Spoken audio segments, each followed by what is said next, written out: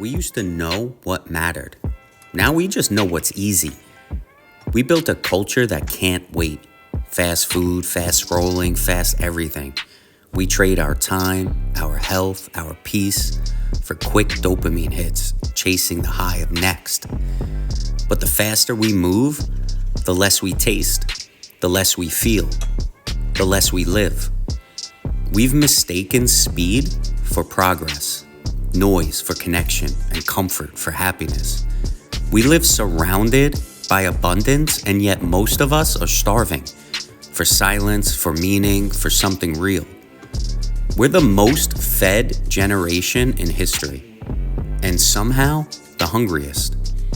Hungry for conversation that isn't through a screen.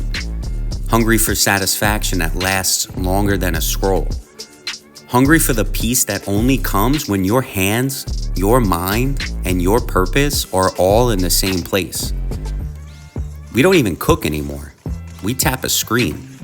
DoorDash, a box of Blue Apron, microwave ready. It says chef inspired. Because we've outsourced nourishment, outsourced patience, and outsourced love. We hover over our takeout boxes instead of tables, scrolling while we eat, numb to what food used to mean. We say we don't have time, but somehow we have time to watch strangers on screens cook the meals we forgot how to make. We're overstimulated, overfed, and undernourished. We're a society addicted to convenience, and we're dying from it. You go to Italy, you'll see a nonna stirring her sauce for hours, while her husband tends the garden out back. Fresh tomatoes, basil, zucchini, all grown by hand.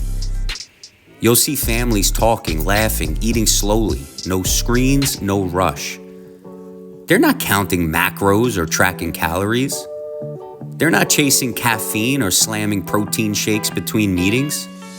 They eat real food from real soil, and they share it with real people. Meanwhile, we're over here measuring everything. Our steps, our likes, ounces, grams, this and that, and we still feel empty. They eat to live. We live to consume. They sip wine in the sun, and we pound coffee in traffic.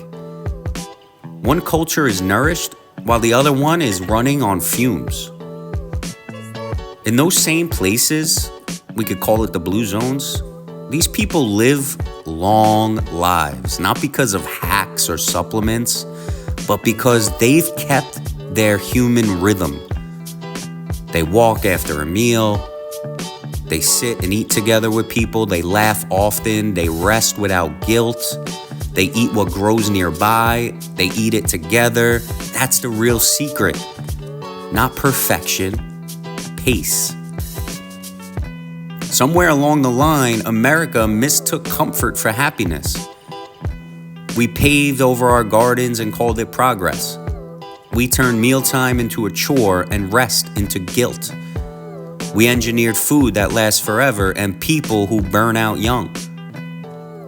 We keep saying life's short, and it's like we're living in a way that's making it shorter. We worship productivity, but forget how to be present. We've built a system that sells us convenience and steals our peace. Look, slow food isn't nostalgia. It's a rebellion against a world that profits when you're too tired to cook, too rushed to think, too distracted to live. Every time you knead dough, chop an onion or wait for that sauce to thicken, you're taking back your time. You're choosing patience over profit. You're remembering what it means to be human. When you bake bread, you can't rush it. The dough decides when it's ready, not you. It teaches patience. It rewards stillness. It reminds you that creation takes time. And time is the only thing worth giving.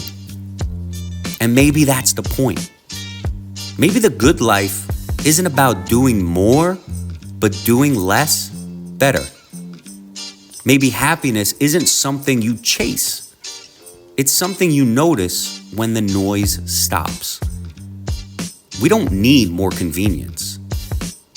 We need more connection, more time at the table, more bread that took all afternoon to rise. Because somewhere between instant and infinite, we lost the plot. But the beauty is, we can find it again. One meal, one moment, one loaf at a time. Life's not fast, it's slow, and that's the beauty of it. Think right, eat well, thrive. The body remembers, the soul never forgot.